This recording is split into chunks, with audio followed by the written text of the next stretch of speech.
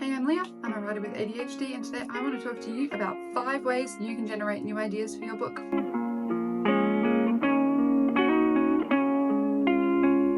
The book that I'm currently writing is an enemies to lovers fantasy adventure of 2 girls who have to go through a magical forest to get to the kingdom to save the king because he's been threatened. There's a lot of different plot twists that I'm trying to incorporate and a lot of things that I need a lot of help with. So that's why I've come up with these different ways that I personally generate different ideas for my own book. I'm definitely a plotter. I am by no means a pantser. When I was younger and I used to write a lot of fan fiction, I was definitely a pantser and I did not plot or think out anything that I was writing. Nowadays, especially because I write a lot of fantasy, everything that I write has to be plotted in so much detail. I can't even write properly unless I have a full setup and a full plot for pretty much the whole book. These ideas, however, I think could really come in handy if you are a plotter like myself and you need everything to be really detail oriented and really set in stone before you feel comfortable to actually move forward writing a proper draft of your book. Or I think it could be just as handy if you are a pantser and you are just trying to come up with ideas on the fly and you need a little bit of extra help. Or if you're a combo of the two and you're a planter, obviously everyone needs help generating ideas sometimes, so these are just a few ways that I do it.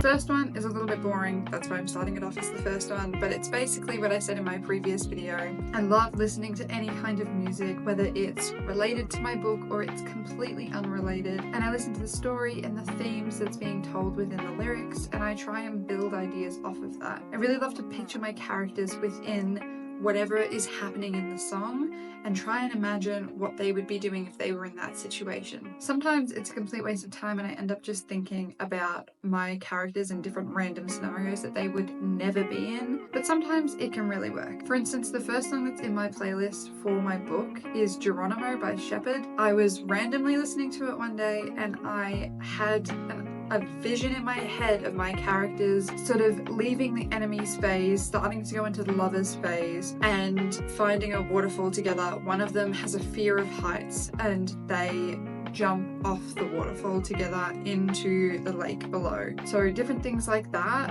where Geronimo by Shepherd isn't even really related to my story in any way, but I listened to that song and I had this picture of this scene in my head and I just couldn't let it go and I had to include it.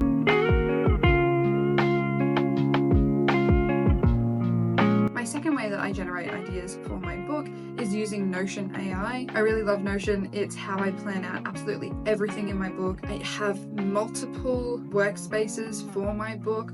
One is just completely random brainstorm, a big dump of like 20 pages of random ideas, and it's a mess. There's things everywhere and it makes me very, very anxious to look at, which is why I made a second one, which is my fantasy world building Bible. So I do have AI on one of my Notion workspaces, and I understand that there is a lot of controversy within the writing community about AI. Whilst I do completely understand the controversy surrounding using AI for your writing, I don't use it in a way where I make the AI write my book for me. I think that that is completely ridiculous, and I don't agree with anybody who uses AI to ghostwrite their book for them. I think that that is completely taking away from work that actual authors put into their stories, and I am not for that whatsoever. What I am for is the way that I use AI, especially the Notion AI, to help me generate ideas for my book. So with things like that waterfall scene, I'd come up with that whilst I was listening to the song Geronimo, as I said. However, I then put it into Notion AI and I asked it to give me a couple more little ideas that I might be able to incorporate in that scene. And then from that list of ideas that it gave me, I picked out some, I built off of them, and then used my own ideas mixed with the AI's ideas to be able to create an even better scene. Sometimes I really do struggle with my own creativity, and there's only a certain limit that I have before I just run out and I have no idea how to make up new ideas at all, which is where the AI really, really helps me a lot. But never would I ever allow the AI to be the entire sole way that I generate my ideas. I will only ever use the Notion AI to help me create better ideas than what I myself could create, and then snowball and build off of them and make them better using my own creativity and a little bit of help from the AI, because sometimes we need a little bit of extra help. I also don't have any writer friends or anyone that I can really talk to about my story in detail, which if I did have someone like that, I think I would rely on the AI a little bit less. But as I'm pretty much just on my own writing this story, I really find myself going towards the AI to be able to talk about my ideas and get a bit of a helping hand.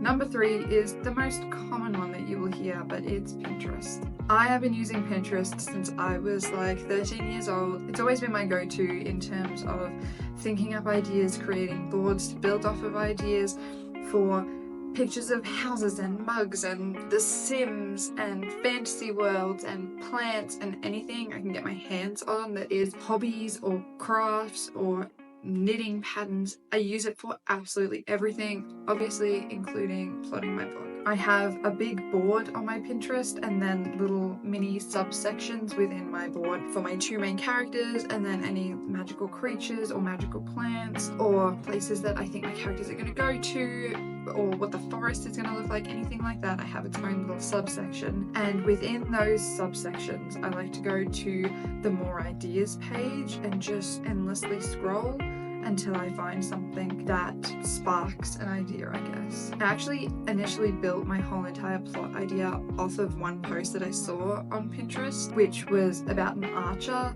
and I can't even remember what it was now. It was something like the archer is supposed to be the bad guy and they try and shoot but they end up missing, and it's like a comedy scene, and I was like, that would be really, really funny. I would love to write something like that. And then I saw another post which had a bunch of pictures of forests, and I was like, oh, I would really love to write some kind of like road trip fantasy adventure of people who have to journey through a forest, and you know, there could be some kind of group of archers. They're like really skilled, trained archers, and then I just sort of went from there and built it up. So I do think that Pinterest is an incredible source for generating ideas. It is always my go-to. I always love having my Pinterest board up on my monitor whilst I'm working on my laptop, just to have my ideas up there and ready to go if I want to look up and remind myself what my characters look like or what the world looks like.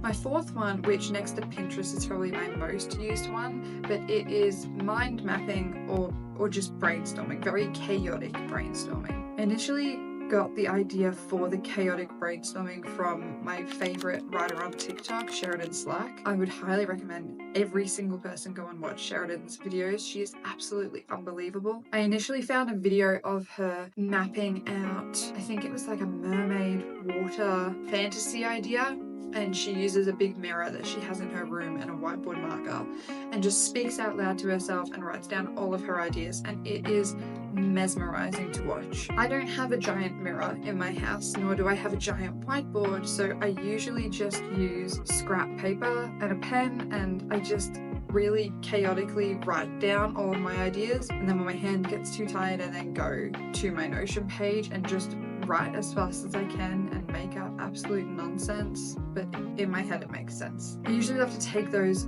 crazy chaotic brainstorms and then put them into a mind map. So if I am trying to figure out something about a particular character, I put the character in the middle of the page and then branch off and just try and figure out the answers to what questions I have about whatever character I'm planning, or a scene idea if I'm really stuck and I need answers to questions that I just don't have the answers to yet. And I just crazy brainstorm and then put it into a more cohesive mind map. And that just helps my brain go from ADHD crazy chaos to like, I've got so many ideas in my head and my pen can't write fast enough and my hands can't move fast enough, so I need to write as fast as I possibly can, take everything that I've just written that is so insane and put it into a nice little pretty mind map where everything is all laid out and all nicely labeled, and that just makes my brain really happy. A little bonus thing within the mind mapping and brainstorming is I talk out loud to myself whilst I'm mind mapping and brainstorming, but I do just love to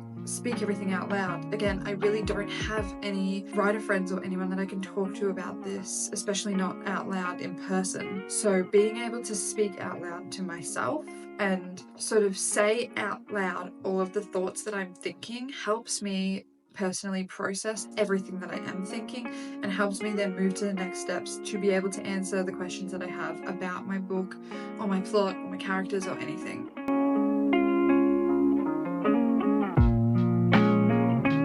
Number 5 feels like it should be an obvious one, but it took me a really long time to figure this out. But actually writing the draft of my book really helps me generate new ideas. Currently for Project Forest, my current work in progress, I have a 0 draft, and I think it's like 7,000 words and 14 pages of absolute nonsense. I think I've started the book about 7 times and none of it makes sense. And as I'm writing in my 0 draft, I find that I'll be typing away and then I'll get questions in my head like, oh, I've made my character do this, but I don't really know why she's doing this. You know, I've given her this job, but now that I'm writing it, I actually don't think that it fits her anymore. And just things like that will pop up, and then I can go back to the drawing board and rework that stuff. Whereas if I had have just been plotting everything out and plotted my entire book and then started writing the 0 draft or the first draft and then come across those issues, I feel like I just would have wasted so much time. So actually working on the draft of my book helps me to find my plot holes and then go back to the drawing board, use all of these techniques like the mind mapping and going onto Pinterest and actually putting those things into action and fixing the issues that I found and generate new ideas. So my current work in progress, I've actually been planning and plotting, I think, for probably 6 months or more now. I take a really, really long time to plan and plot my things. Half because I have executive dysfunction and it just takes me forever to actually get up and grab my laptop and do what I need to do and work on my story. So I usually get into slumps for a couple of months. But also just because I am such a perfectionist when it comes to things like writing, and my ADHD makes my little brain go absolutely crazy, and I need everything to be so perfect and so well thought out that I just feel like I get imposter syndrome and I feel like I can't write until I've got the plot completely figured out. But really at the end of the day, there is no right or wrong to how you plot or you generate ideas or how you draft your book or how you make your characters or anything like that. Really, everybody's going to have their own techniques. Everyone's going to have their own tips and tricks and things that they do. This is just what I do, and maybe you've not tried any of these, maybe you have. If you do have any other ways that you generate ideas for your book, please let me know, because I am always desperate for new ways to find new ideas. If you did enjoy this video, please give it a like. I am really trying to build a really fun space here, and I'm so excited to see more of what's to come. Thanks for watching, and I'll see you soon.